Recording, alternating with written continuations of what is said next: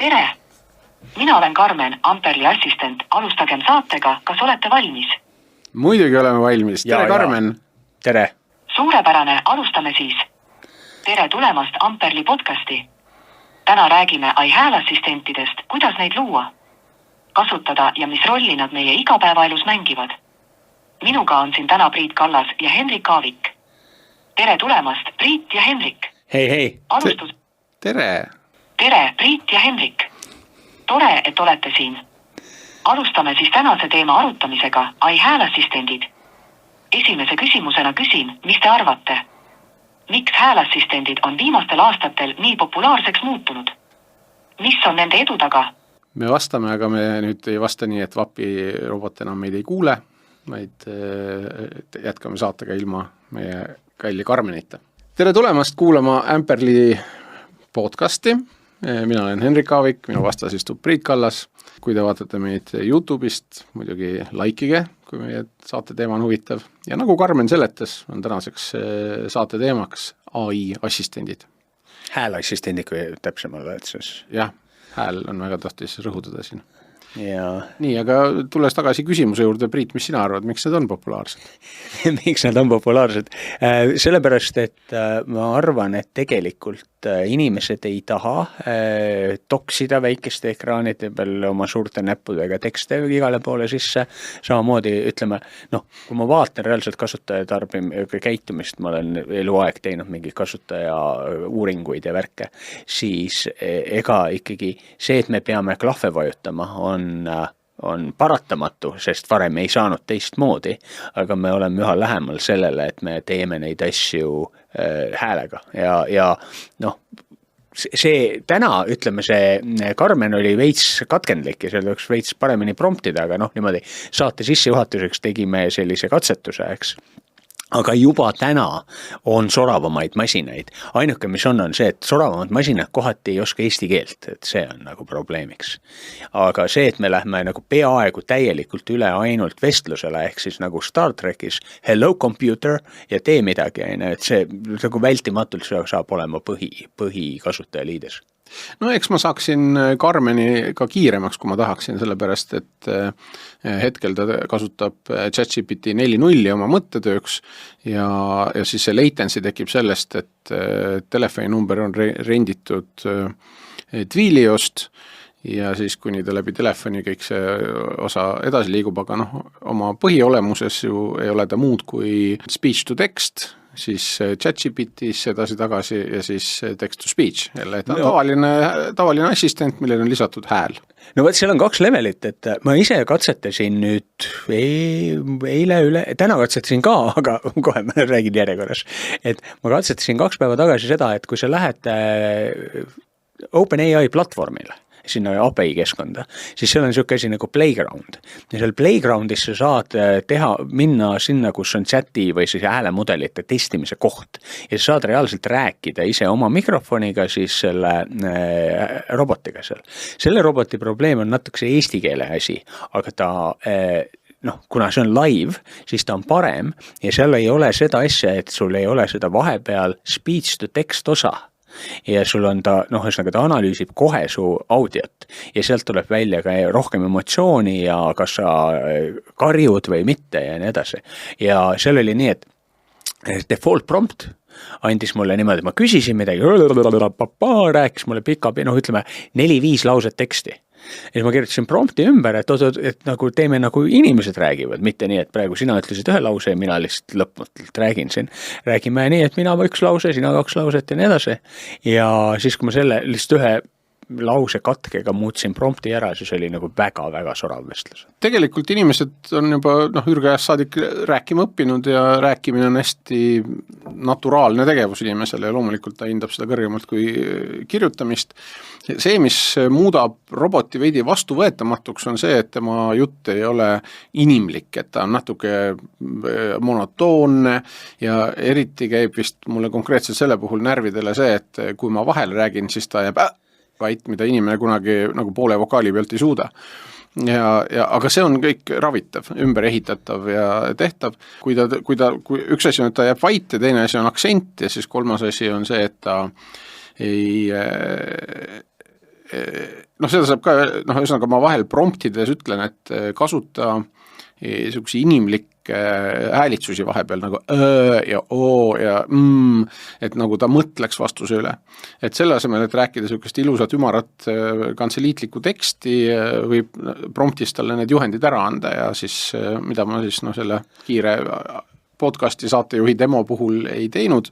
Ma ise kasutan häälega juhtimist ikkagi väga kaua, sest mul kodus on Alexa ja ma arvan, et 6 aastat on, mul kõik lapsed on harjunud, et põhiline käsklus me öeldakse, et Alexa play music, aga lapsed oskavad ka oma lemmikesinejaid Markus ja Martinus või mis nendel täna need laste popid asjad on, ikkagi juhendada ja nõu anda Alexale, mida ta minu Spotify konto pealt mängima peab, mis vastavalt on minu Spotify konto AI-ga suhteliselt ära rikkunud.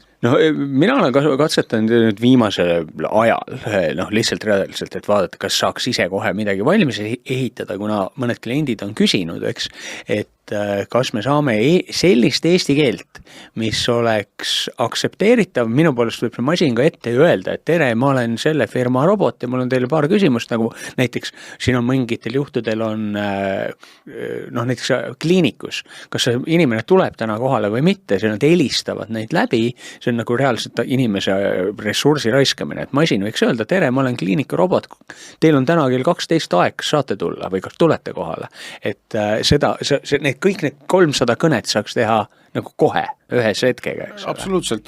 Ja just see, et tihti ka minu käest kliendid küsivad, et kuidas saaks teha ja põhiargument, et miks mitte teha, on see, et äkki minu klientidele ei meeldi suhelda robotiga, äkki nad solvuvad või äkki nad ei taha vastata. Ja kindlasti on protsent inimesi, kellega see nii on. Aga sellest ei ole ju ka midagi, sellepärast, et kui me leiame selle väikse koguse inimesi, kes hakkab karjuma, ütleb, et helistage mulle ära, kui te robot olete, siis selle info saab ju robot saata kohe inimesele, siis saab inimene helistada. Aga enamus inimesi on ikkagi väga avatud robotiga suhtlemisele, eriti kui ta suhtleb inimese laadselt. Näiteks see oli väga näide, et üle helistada, aga näiteks on ka siuksi kliente olemas, kes võib-olla otseselt hoolivad vähem, näiteks inkassod, et nad, kui nende sõnum on see, et maksa võlg ära, siis see tähtis on, see sõnum kohale jõuab, et kas seda ütleb robot või inimene, et Vot inkasso puhul võib olla ka see probleem, või see ei ole probleem, see on kõikide asjade puhul on see, et me hakkame, kui meil on see asi maksab raha, et inimene, kes helistab, on kallis, eks, ja siis me helistame siis, kui nagu asi on täis ventikesse läinud, eks. Aga kui meil on võimalik helistada sentide või mikrosentide eest kõigile, siis me võime kõne teha ju 1 päev pärast seda, kui võlg tekkis. Küsida, et what's up, et kas arve on olemas. Sest kui me laseme tal 4 arvet maksmata jätta, siis nagu ta ei jõua seda kunagi ära maksta, aga kui me kohe küsime, võib-olla me suudame mingid asjad nagu kraavist välja sõita enne, kui päris katastroof tuleb. Just, ja tegelikult oleks mõistlik ju teha kõne kas juba varem, kui pole veel maksetähtaegki saabunud, ja öelda, et saatsime arve, kas olete kätte saanud ja ega te ei taha vaidlustada midagi arves, et kas arve sobis teile, et kui on, et mitte kiirustada, vaid lihtsalt, et kui see peab dispuuti minema, et siis ta ei läheks dispuuti mitte nädal aega pärast maksetähtaega, vaid saaks hakata varem arutama, kui talle ostjale mingi rida arvele ei meeldinud.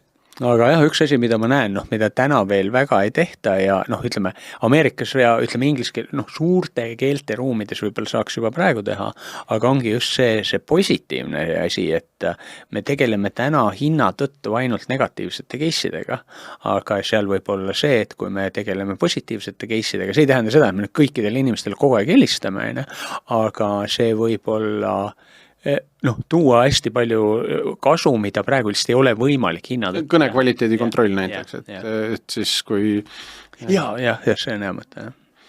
Et on see legendaarne näide, et kus lennukitel hakati parandama neid kohti, kus oli palju kuuljauke sees, et tiivad ja saba aga siis lõpuks, ma arvan, et see oli Kahnemani raamatu näide, aga tegelikult pidi uurima, kuhu said pihta, et need kohad, kus kuuljauke ei olnud, tõenäoliselt ei olnud mitte sellepärast, et sinna ei lastud, vaid sellepärast need lennukid ei tulnud tagasi. Ehk siis samamoodi ka, või tegelikult täpselt vastupidi on AI-ga, et me kuulame ainult neid kõnesid, kus midagi läks halvasti, kus klient ei olnud rahul, tihtipeale kuulatakse neid negatiivseid kõne kvaliteedi hindamisel üle.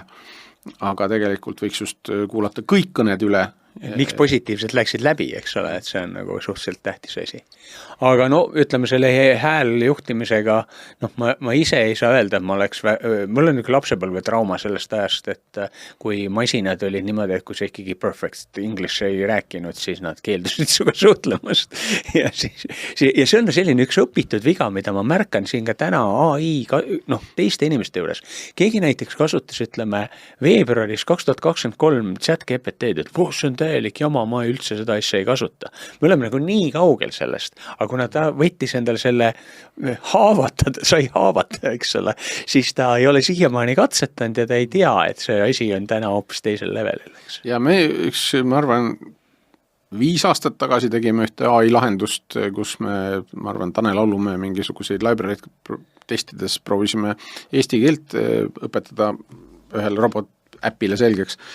Ja siis, aga programmeerija oli hispaanlane, kes elas küll Eestis, aga hispaanlane ja rääkis inglise keelt, hispaania keelt ja mõne sõna eesti keelt.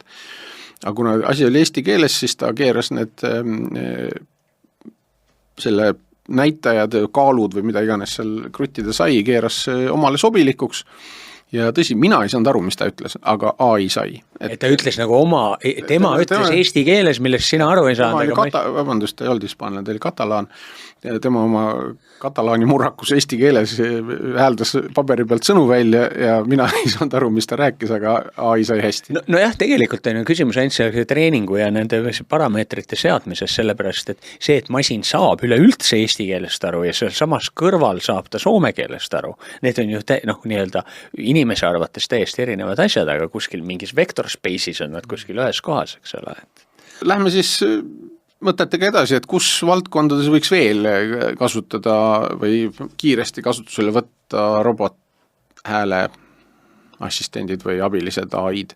Et me praegu oleme maininud inkassot, oleme maininud kõnede kuulamist, kõnede ülekuulamine, et siis pole vahet, kes seda kõnet sooritab, kas inimene või üle saab kuulata ka juba varem salvestatud kõnesid. No minul endal, mul oli täna üks kõne. Mina helistasin siis teenusepakkujale, ma olin talle saatnud veebivormi mingi aeg tagasi, siis ma helistasin üle ja siis ta ütles, et ja, tema teeb ja siis ma helistasin täna üle ja siis ta rääkis, kui raske elu tal on ja kõik sellised värgid. Et ma helistan ja küsin, aga see on siis minu kui kliendi algatus, aga see, et see teine pool ütleb ära, mis olukord on ja vastavalt sellele, mis siis on, see oleks olnud antud juhul võimalik täiesti automatiseerida. Et see on kalendriga seotud, et neil on mingid tööd ees ja värk-särk ja siis ütleb, et meil on tööd kuni selle ajani, võtame ühendust või helistame üle, et seda oleks saanud full auto teha. Tegelikult võivad ju hääleassistendid õppida ka selle vastava inimese, kui ta on pikaajaline klient, suhtlemisharjumusi. Et Karmenit, kui me kuulasime, siis ta oli ülevoolavalt viisakas ja hästi rõõmus ja rahulik, aga tegelikult võiks ju ka öelda lihtsalt, nii, mis on?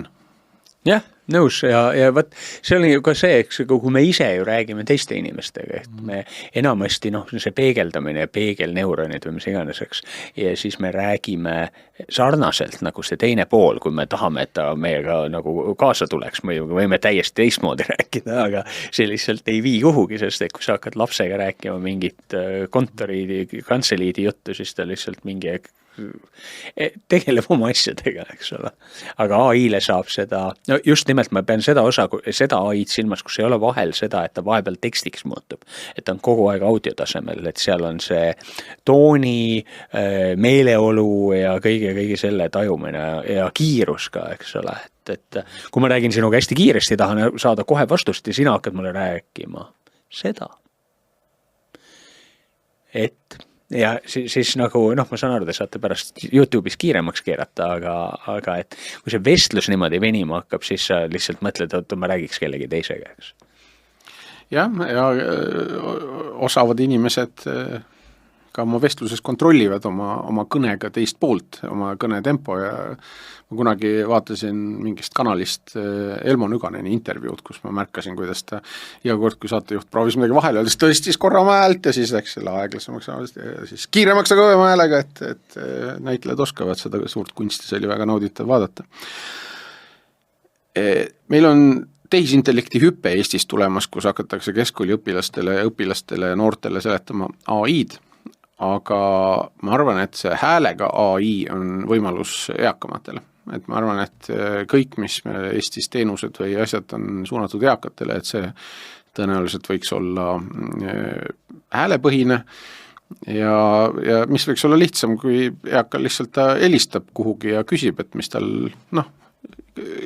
kõik, mis sul mul poest on vaja, mis on mu päevakava, millal arsti aeg oli, et kõik asjad, mis kipuvad ununema ja mida me oleme harjunud oma mobiiltelefoni kalendris kasutama, siis ma arvan, eakatel inimestel võiks igal ühel olla oma AI ja no mõned inimesed lähevad stressi kohe selle peale, üks asi, mida ma näen, et mis võiks olla, meil on perearsti nõuandeliin, mille eest me maksame mingile erafirmal raha, mis on tore muidugi, et selles mõttes äri võiks käia, aga enamus küsimusi, mis perearsti nõuandeliinilt küsitakse, on sellised, mis on nagu võta ibuprofeeni ja see on väike liialdus kahtlemata ja seal on see risk, eks ole, et appi keegi teine, aga mitte arst annab arsti nõu, eks ole, et see on nagu nii-öelda regulatiivne probleem, aga mitmesugused sellised küsimused, kus on tegelikult enamus vastuseid on lihtsaid vastused ja neid saab öelda minuti või võib-olla kiireminigi kõnega ära, need kohad saaks kõik kasutada AI-d. Ainuke mure on meil minu arust selle eestikeelse roboti ikkagi see tegelik keeleoskus on, või ütleme eesti keele nüansi oskus ja see on natuke, jääb veel suurtele keeltele alla. Jah, kuid samas ta on treenitav piisavalt, see hääldused ja mudelid on olemas ja nüüd tuleb ainult promptida korralikult. Ja ma ei ole nõus sellega, et perearsti nõuandeliin võiks olla AI, sellepärast, et vähemalt täna veel see regulatiivne osa on oluline. Ja ma olen ise selle liini aktiivne kasutaja, ma arvan, ma pole kordagi helistanud sinna niisuguse asjale, mille vastus oleks, et võtta ibuprofeini. Mul on kõik ei ole sina. Okei, ma tunnistan, et kõik ei ole mina. Ma ei tea, kas seal on siis 90% või 99% sellest kõnedest on sellised. Ma ei oska öelda, eks seda peab perearsti rääkima, aga kindlasti AI arsti nõuandeliin võiks olla konkureeriva teenusena juures, sellepärast, et ma ei teagi, miks, sellepärast, et tegelikult ju kasutajal on see tasuta perearstiliin ja tehniliselt võttes on ju ka, me saame apteekrilt küsida midagi, eks ole, ja ühesõnaga, seal on mingid astmed, eks ole, et on apteeker ja õde ja arst ja mida iganes, aga et jah, ma saan aru, et see on selline regulatiivselt keeruline koht, aga muid asju, mis on sarnased, kus ei ole nõuandeliini, sellepärast, et see on olnud siiani mõttetult kallis, et seda teha, siis võib vabalt tekitada. Ja, siis on veel kindlasti igasugune klienditugi, sest häälroboti eeliseks tavalise inimese ees ei ole mitte ainult see, et ta on odav, vaid see, et ta on 24/7, et ta ei taha magama minna vahepeal. Kindlasti on hästi oluline ka see, et kui robot ise helistab, siis teda võib olla mitu. Et nagu me Matrixi filmist mäletame, et agent Smith sai olla päris palju, nemad selle korraga lõid, aga oletame, et näiteks meil on uuringufirma, tahab teha uuringut, et kui täna inimuurijad helistavad, siis on neid, ütleme, uuringufirmal, mõnel on 3, mõnel on 10, oletame, et on 100, aga isegi 100 uurijat ei suuda uurida nii kiiresti, kui tal on vaja küsida, ma ei tea, 10 küsimust, eks ole, et kui meil on mingisugune poliitikasaade, mis kestab, siis vahepeal on AK ja õhtul läheb poliitikasaade edasi pärast AK-d, et siis AK jooksul näiteks teha uuring, kuidas seni on läinud ja mis on see... No ma siin korra mainisin ka, et sa võid teha 1000 kõne korraga. Just, eks ole. Et sa teed pumaki ära ja oletame, et see 10 küsimuse vastamine võtab, ma ei tea, 3 minutit, eks ole, siis sul on 3 minuti pärast on sul 1000 vastust. Jah, et see on just see võimekus, millega täna isegi ei opereerita, et saada just selle hetke emotsioon küsitletavate käest kätte.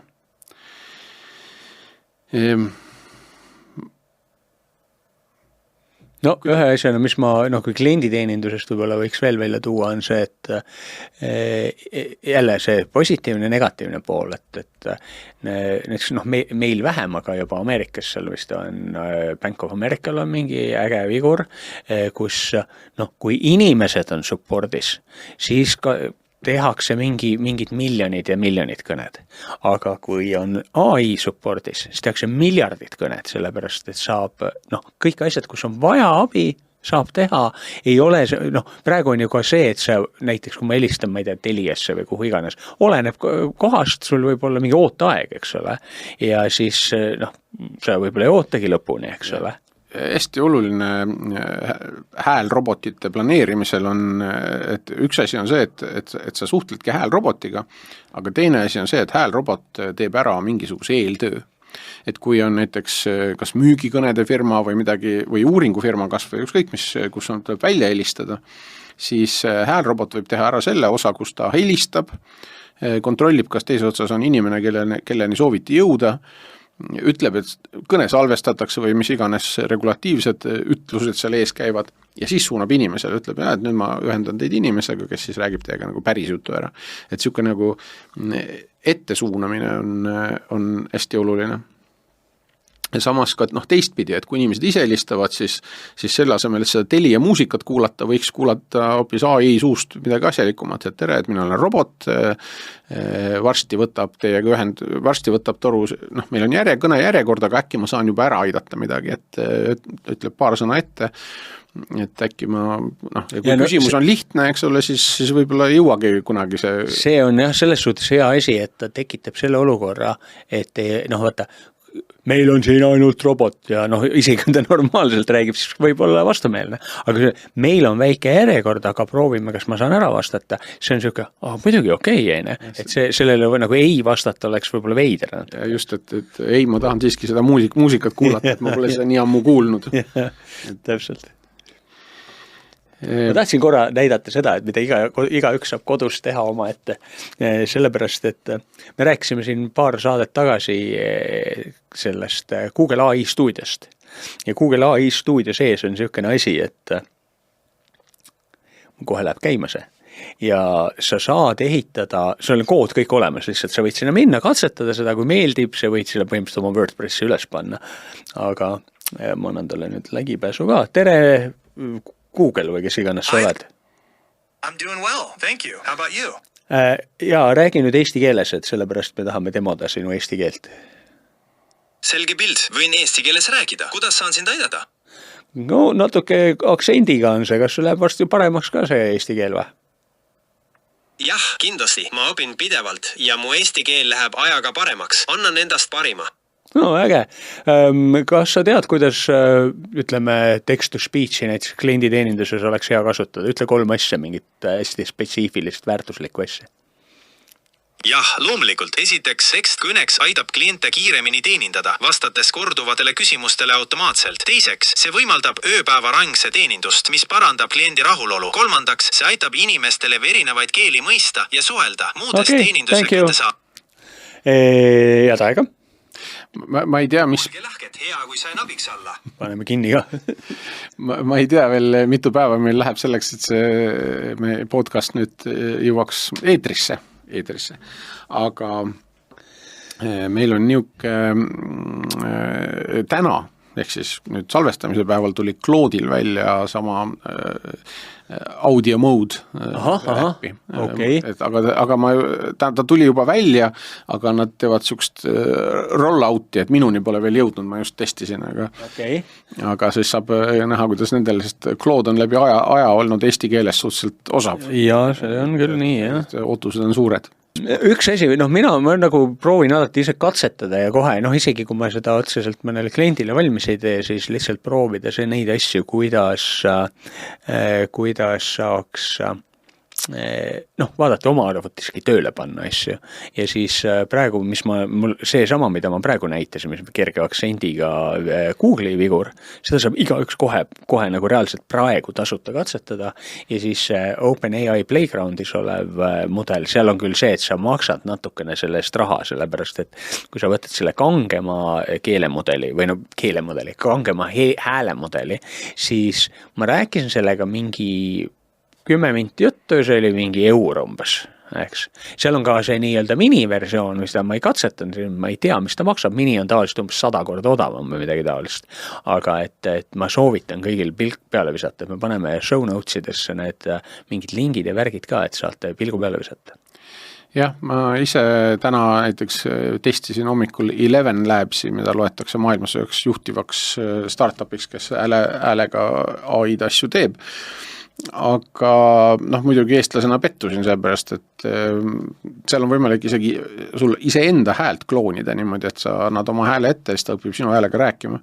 Aga paraku eesti keele tugi on nii kehv, et minu hääl hakkas rääkima väga tugeva soome aktsendiga. Ma maksin tal 5 eurot selle teenuse eest, et nüüd kui ma oleks maksnud 10, siis ma oleks mingi pro-paketti saanud, aga mul ei tekkinud usku, et ta suudab eesti keelt ka pro-paketti. Jaa, eesti keeles mina ei ole ka midagi. Ma olen seda reaalselt aasta aega kasutanud, nagu selles mõttes katsetanud nii ja naa, et proovin neid häälekloone teha ja ma tunnen ära, et see on nagu aru, on nagu sarnane minu omaga, aga ma naise käest küsin, siis ei ole ikka see, et ja ma olen siis mitte eesti keeles proovinud, vaid inglise keeles proovinud ja siis, et seda viga nagu ei ole, aga kui seda masinat kasutada kas või soome keeles, mis on seal täiesti valikuna olemas, siis see on ikka muljetavaldavalt hea vigur, mis seda kõnet teeb. Ja mis ma olen seal teinud ka, ma olen teinud reaalselt nagu teksti, mida ma tahan, et ma olen sisuliselt ise endale audiobukke teinud seal 11 Labsiga, sellepärast see on hästi-hästi sorav ja mõnus, kuidas ta seda ette loeb. See ei ole siis vestlus, see on lihtsalt loeb teksti ette. Et väga hea, mulle meeldib. Okei, 5 euro eest kõlab okei diil. Ja me ei mainisime eakaid, kindlasti ligipääsetavus, et puudega inimestele on kindlasti, kellel ei ole võimalik ekraani kas näha või klaviatuuri katsuda. Neile on hääljuhtimine oluline.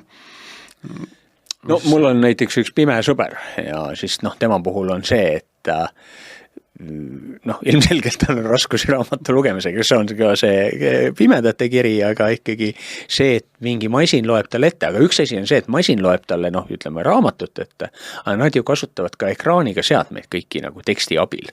Et see on, kui sa vaatad, kuidas nad seda teevad, see on väga-väga veider, aga et seal kindlasti on ka mingit arenguruumi ja see, et nad saavad ise ka häälega asju juhtida, see on nagu oluline, sellepärast, et mõtle, kui ma panen sulle klapid pähe või silmad kinni ja sa peaksid ekraani peal asjadele pihta saama, eks ole, mis on see, kuidas nad telefone ja asju katsetavad, siis häälega ilmselt on see next level. Ja, tõenäoliselt üks valdkond, mida me ei ole veel katnud praegu vesteldes, on meelelahutus ja mängud. Et muidu ma ei tähtsustaks seda üle, mulle tundub, et kuidas ma ikka mängin seal häälega, aga samas Alexasse on sisse ehitatud mängud ja minu lapsed mängivad neid, ma isegi ei tea, mis mängud need on, mingid sõnamängud ja nad harjutavad inglise keelt sellega, aga see toimib, et seda ma kindlasti ei tohiks unustada ja meil on siis uudiste igasugused teemad, et selle asemel, et ma peaks ise seal oma doom scrollima Delfis, võiks ju AI selle läbi lugeda, mulle kokkuvõtet teha, helistada ja öelda, kas midagi oli olulist või ei ole. Seal on üks hea küsimus, et selles suhtes, et ma sisu tarbimisel, ma olen vanakool, nagu selles mõttes ma reaalselt tekst, nagu tähed mingil ekraanil või kus iganes meediumis, mul tunne, et ma olen see on mulle väga-väga palju kiirem meetod asju aru saada. See, et nüüd pikast jutus kokkuvõtte teha, et seda me saame suvalise LLM-iga teha, aga et ta räägiks mulle seda, mulle tundub, et ma pigem, ütleme, kui mul just väga väsinud ei ole, et siis ma pigem loeks kui kuulaks lihtsalt puhtalt kiiruse mõttes. Jah, kui see on oluline teema ja sa tahad sellest aru saada, aga kokkuvõtte tegemine ilmselt on see, et ma ka vahetevahel istun ja vaatan ja mõtlen, et miks ma seda teen. Et ütleme, on küll mingi YouTube'is mingi uudise kokkuvõtte 10 minutit, ma vaatan seda kuskil teise minuti peal, et oota, miks ma seda teen? Kas läheb mulle korda ja juba ma lahkun sealt ja teen midagi asjalikku oma elus, et see üldse igasugusel meedia tarbimisel ja internet tarbimisel on hästi oluline endalt seda küsimust järjepidevalt küsida, et kas ma tahtsin äkki midagi asjalikku teha, miks ma üldse tulin siia Facebooki? Nii on jah, no ütleme, eks tegelikult on ju meelelahutust vaja ka, et ei ole nii, et istume ja teeme ainult tööd, aga et see, et sa liiga kaua paned aega sinna, noh, ühesõnaga igal asjal peaks nagu mingi balanss olema, eks. Sellega olemegi täna kokku võtnud laias laastus selle teema, kõikidel on võimalik proovida ja häälega suhelda oma AI-dega, kontorites ilmselt palju lärmakamaks ei lähe nüüd, aga kõikvõimalikes teenustes, tarbimistes, autosõitude ajal suhelda AI-ga on täiesti õige aeg, küllap tuleb ka teenuseid, see turg on tohutus kasvus ja eks me hoiame teid kursis, teeme järgmise saate aasta pärast ja vaatame, kus me oleme. Ma ühe asja küll ütleks siia vahele, et see rääkimine nagu, mõnikord nagu ongi see, kui ma tahan kuhugi vastata mingile Facebooki postitusele või millegile lihtsalt tavaline text to speech või speech to text, eks ole, siis kui sa oled kuskil rongis või noh, mingis avalikus kohas ja siis räägid telefoniga nagu suht valjult, siis mulle tundub see kohati ebaviisakas, eks, aga see on super mõnus, kui mul on vaja mingile asjale vastata 2 lauset. Siis ma olen väga kehva nagu telefonist tippija ja siis kui ma ütlen selle ära ja siis mul on tehtud. Aga lihtsalt, et avalikus ruumis on natuke kohati veider. Kui teile meie episood meeldis, likeige, kui me ise ka teile meeldime, subscribe'ige. Mina oleks isegi sellega nõus, kui teile ei meeldinud likeige ja kui teile ja subscribe'ige ka. Et selles, tead küll, YouTube'i algoritme vaja levi ja värki ja siis on abiks meile suuresti. Et sõltumata motivatsioonist, miks te likeite ja subscribe'ite meid meeldite? Aitäh ja head aega! Järgmise korrani!